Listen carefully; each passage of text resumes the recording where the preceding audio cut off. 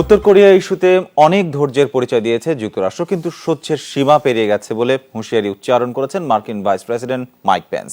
দক্ষিণ কোরিয়া সফরে গিয়ে পিয়ংইয়ং এর প্রতি এই হুঁশিয়ারি দেন তিনি। শক্ত অবস্থানের জানান দিতে কোরিয়া উপসাগরে শুরু হয়েছে ওয়াশিংটন সিউলের যৌথ সামরিক মহড়াও। উত্তর কোরিয়ার অব্যাহত হুমকি মোকাবেলায় যুক্তরাষ্ট্রের যে কোনো পদক্ষেপের সমর্থন দেওয়ার কথা জানিয়েছে জাপান।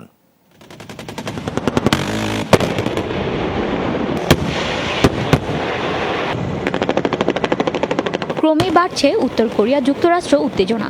রোববার পিয়ংইয়ংয়ের ক্ষেপণাস্ত্র পরীক্ষার পরপরই যৌথ সামরিক মহড়া শুরু করে যুক্তরাষ্ট্র আর দক্ষিণ কোরিয়া।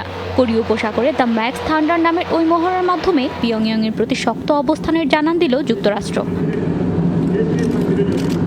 শুধু মহড়া নয়, সিউল সফররত মার্কিন ভাইস প্রেসিডেন্ট মাইক পেন্স জানান, উত্তর কোরিয়া ইস্যুতে ধৈর্য ধরার দিন শেষ। শিগগিরই কঠোর পদক্ষেপ নেওয়া হবে। উত্তর কোরিয়া ইস্যুতে ধৈর্যের সীমা ছাড়িয়ে গেছে। দীর্ঘদিন ধরেই আমরা এই অঞ্চলকে পরমাণু অস্ত্রমুক্ত করার চেষ্টা চালাচ্ছি, কিন্তু দিন দিনই পিয়ংইয়ংয়ের উস্কানিমূলক আচরণ বাড়ছে। খুব শিগগিরই আন্তর্জাতিক মহলের পক্ষ থেকে দেশটির বিরুদ্ধে কঠোর ব্যবস্থা নেওয়া হবে। আশা করব চীনও এ সময় পাশে থাকবে। পিয়ংইয়ংয়ের সাম্প্রতিক ক্ষেপণাস্ত্র পরীক্ষা পুরো বিশ্বে অস্থিতিশীল পরিস্থিতি তৈরি করেছে উল্লেখ করে মার্কিন জাতীয় নিরাপত্তা উপদেষ্টা বলেন, আঞ্চলিক শক্তিগুলোর সাথে আলোচনা করেই পরবর্তী সিদ্ধান্ত নেওয়া হবে। উত্তর কোরিয়া শুধু এই অঞ্চলে নয়, গোটা বিশ্বকে উদ্বেগের মধ্যে ঠেলে দিয়েছে। তারা শুধু পারমাণবিক বোমা তৈরির ইচ্ছাই পোষণ করে না, এটি দিয়ে অন্যদের হুমকির মধ্যে রাখতে চায়। মিত্রদের রক্ষা এবং হুমকি মোকাবেলায় আন্তর্জাতিক সম্প্রদায়ের সাথে আলোচনা করেই সিদ্ধান্ত নেওয়া হবে। প্রয়োজনে সামরিক পদক্ষেপ নিতেও পিছু হটব না।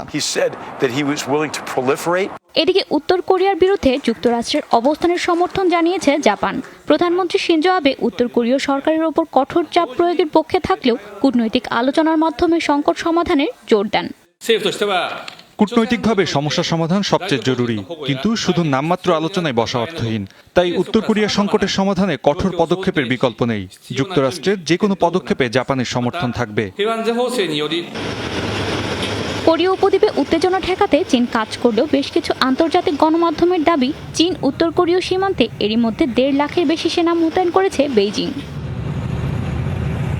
হাসানুস সাবা, যমুনা নিউজ।